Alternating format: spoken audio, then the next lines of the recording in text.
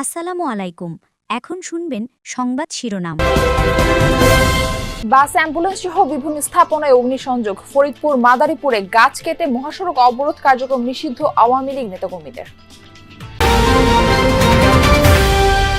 শ্রমিক সংঘর্ষের জেরে বরিশাল থেকে সব রুটে বাস চলাচল বন্ধ, জনসাধারণের জনদুর্ভোগ চরমে।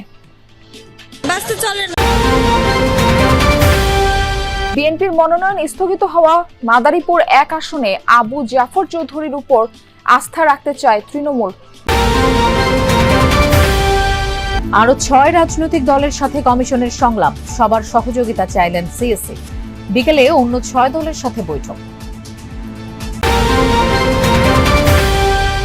এতক্ষণ দেখছিলেন সংবাদ শিরোনাম, এখন দেখবেন বিস্তারিত। সিলেটে দাঁড়িয়ে থাকা অ্যাম্বুলেন্স ও একটি বাসে আগুন দিয়েছে দুর্বৃত্তরা, তবে কোনো হতাহতের ঘটনা ঘটেনি। গত রাত 2:30টার দিকে সিলেট শহীদ শামসুদ্দিন আহমেদ হাসপাতালের পার্কিংয়ে থাকা একটি অ্যাম্বুলেন্সে আগুন দেয় দুর্বৃত্তরা। হাসপাতালে সিসিটিভি ফুটেজে দেখা যায় দুটি মোটরসাইকেলে 5 জন তরুণ প্রথমে পার্কিংয়ে প্রবেশ করে, পরে তাদের দেয়া আগুনে পুড়ে যায় অ্যাম্বুলেন্সটি। খবর পেয়ে ফায়ার সার্ভিস কর্মীরা ঘটনাস্থলে পৌঁছে আগুন নিয়ন্ত্রণে আনে। এছাড়া সিলেটের কুমারগাঁও বাস স্ট্যান্ডে দাঁড়িয়ে থাকা একটি বাসে আগুন দেয় দুর্বৃত্তরা। এদিকে ফেনীতে জুলাই শহীদের স্মরণে নির্মিত স্মৃতিস্তম্ভে আগুন দিয়েছে দুর্বৃত্তরা। এতে স্থানটির কিছু অংশ ক্ষতিগ্রস্ত হয়েছে। ভোরে শহরের মুক্ত বাজার এলাকায় এই ঘটনা ঘটে। মোবাইলে ধারণকৃত একটি ভিডিও সামাজিক যোগাযোগ মাধ্যমে ভাইরাল। তাতে দেখা যায় মুখে মাস্ক পরা দুর্বৃত্তরা কেরোসিন ঢেলে স্মৃতিস্তম্ভে আগুন দিয়ে পালিয়ে যাচ্ছে। ফেনী মডেল থানার ভারপ্রাপ্ত কর্মকর্তা শামসুজ্জামান জানান, ঘটনাস্থলের আশপাশের সিসিটিভি ফুটেজ সংগ্রহের কাজ করছেন তারা। এই ঘটনায় আইনগত ব্যবস্থা প্রক্রিয়াধীন রয়েছে বলেও জানান তিনি। গতরাতে গাজীপুরের শ্রীপুরে গ্রামীণ ব্যাংকের মাওনা শ্রীপুর শাখায় 2টি পেট্রোল বোমা নিক্ষেপ করেছে দুর্বৃত্তরা। প্রতিষ্ঠানটির এরিয়া ম্যানেজার জানান, প্রতিদিনের কাজ সেরে ব্যাংকের ভেতরেই ঘুমিয়ে যান গ্রামীণ ব্যাংকের ব্যবস্থাপনা সহ 4 কর্মকর্তা। রাত 2:15টার দিকে বিকট শব্দে ঘুম ভেঙে যায়। পরে আশপাশের লোকজন এগিয়ে আসলে বাইরে গিয়ে মূল ফটকে আগুন দেখতে পান। তবে এই ঘটনায় প্রতিষ্ঠানের সাইনবোর্ড পুড়িয়ে গেলেও অন্য কোনো ক্ষয়ক্ষতি হয়নি। এই ঘটনায় ঊর্ধ্বতন কর্তৃপক্ষের সাথে আলোচনা করে আইনগত ব্যবস্থা নেওয়া হবে বলে জানিয়েছেন তিনি। বগুড়ার শেরপুর উপজেলায় গ্রামীণ ব্যাংকের একটি শাখায় আগুন দিয়েছে দুর্বৃত্তরা। শনিবার রাতে শাখাটির সীমানা প্রাচীরের বাইরে থেকে ব্যাংকের সাইনবোর্ডে আগুন দেওয়া হয়। সামাজিক যোগাযোগ মাধ্যমে ছড়িয়ে পড়া একটি ভিডিও ফুটেজে দেখা যায় এক যুবক লম্বা একটি লগের মাথায় আগুন জ্বালিয়ে গ্রামীণ ব্যাংকের এই শাখার সাইনবোর্ডে আগুন ধরিয়ে দিচ্ছেন, আর পাশে থাকা আরেক যুবক সেটির ভিডিও ধারণ করছেন। ঘটনায় জড়িতদের শনাক্ত ও আইনের আওতায় আনতে কাজ চলছে বলেও জানিয়েছে পুলিশ। 2 জেলায় মহাসড়কে বিপুল গাছ কেটে অবরোধ করেছে কার্যক্রম নিষিদ্ধ আওয়ামী লীগের নেতাকর্মীরা। স্থানীয়রা জানায়, মাদারীপুরের গোপালপুর বাস স্ট্যান্ডের উত্তর পাশে ভোর 6টা থেকে অবস্থান নেয় স্থানীয় আওয়ামী লীগের কর্মীরা। এ সময় নির্বিচারে গাছ কেটে তারা মহাসড়কের বিভিন্ন অংশে ফেলে রাখে। উভয় পাশে আটকা পড়ে বহু যানবাহন। এ সময় মহাসড়কে টায়ার জ্বালিয়ে অবরোধ করে আওয়ামী লীগের নেতাকর্মীরা। খবর পেয়ে পুলিশ ও ফায়ার সার্ভিস কর্মীরা ঘটনাস্থলে গেলে পালিয়ে যায় নাশকতাকারীরা। পরে মহাসড়কে ফেলে রাখা গাছ সরালে সকাল 6:30টা থেকে যান চলাচল স্বাভাবিক হয়। ফরিদপুরের ভাঙ্গা উপজেলার সুয়াদি বাস স্ট্যান্ড এলাকায় গাছ ফেলে ঢাকা খুলনা মহাসড়ক অবরোধ করে আওয়ামী লীগের নেতাকর্মীরা। স্থানীয়রা জানান, ভোর 6টার দিকে মহাসড়কে লাঠি ও দেশীয় অস্ত্র নিয়ে দাঁড়ায় নেতাকর্মীরা। এ সময় বন্ধ হয়ে যায় যান চলাচল। ভোগান্তিতে পড়েন চলাচলকারীরা। 1 ঘন্টা পর খবর পেয়ে পুলিশ গিয়ে যান চলাচল স্বাভাবিক করে। এই ঘটনায় বিভিন্ন এলাকা থেকে মোট 14 জনকে আটক করা হয়েছে। পরপর 2টি স্কুল বাসে অগ্নিসংযোগের ঘটনায় মানিকগঞ্জে উদ্বেগ আর আতঙ্ক ছড়িয়েছে। পুলিশ বলছে এটি পরিকল্পিত নাশকতা। বিএনপির দাবি, জনপ্রিয়তায় ঈর্ষান্বিত একটি চক্র পরিস্থিতিকে ঘোলাটে করতে এসব ঘটাতে পারে। ঢালাও গ্রেপ্তার নয়, প্রকৃত দোষীদের চিহ্নিত করে আইনের আওতায় আনার দাবি তাদের। গেল 13 নভেম্বর মধ্যরাতে মানিকগঞ্জের ফলসাটিয়া এলাকায় পুড়ে যায় হোলি চাইল্ড স্কুল অ্যান্ড কলেজের একটি বাস। ঘুমন্ত অবস্থায় দগ্ধ হন বাসের চালক।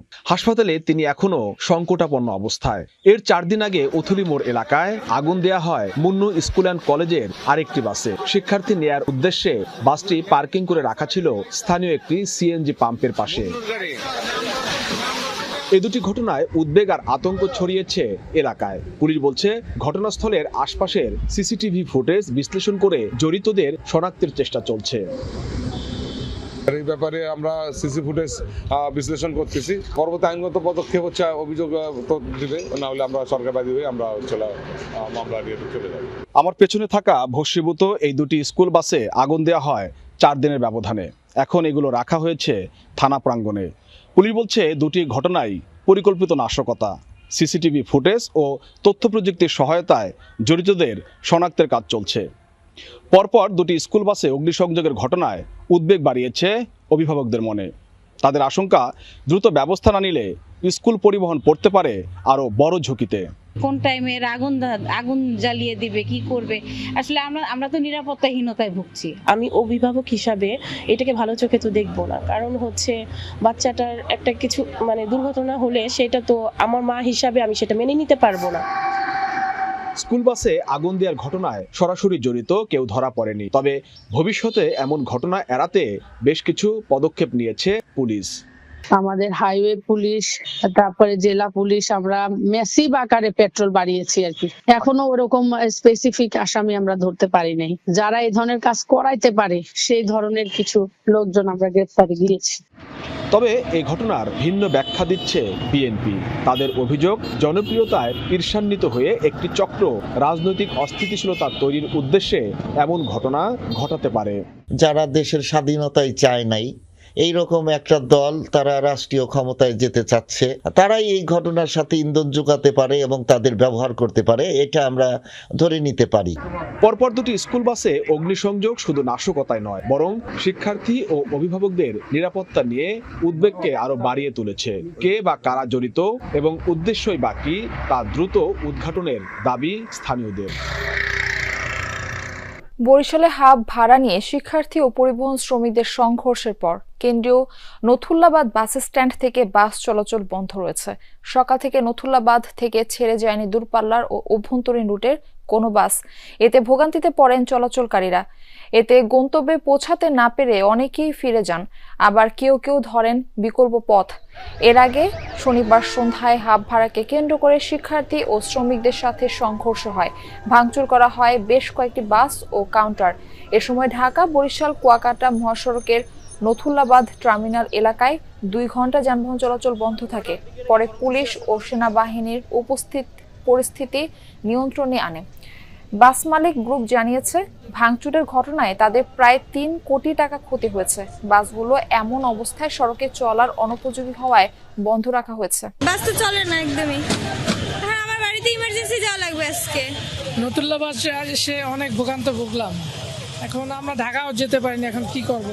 ভোগান্তিতে পড়ছি হলে এখানে আইসা গাড়ি পাচ্ছি না, তারপরে আমরা এখানে থেকে যাবার কোনো উপায় পাচ্ছি না। এখন তো কাটালে নেই, ছোট গাড়িতে যাওয়া যাচ্ছে, ভাড়া ডাবল লাগতেছে। ফরিদপুর যাবো দাদা, এখানে এই সকাল 6টা থেকে আসে বই রয়েছে, যাইতে পারতে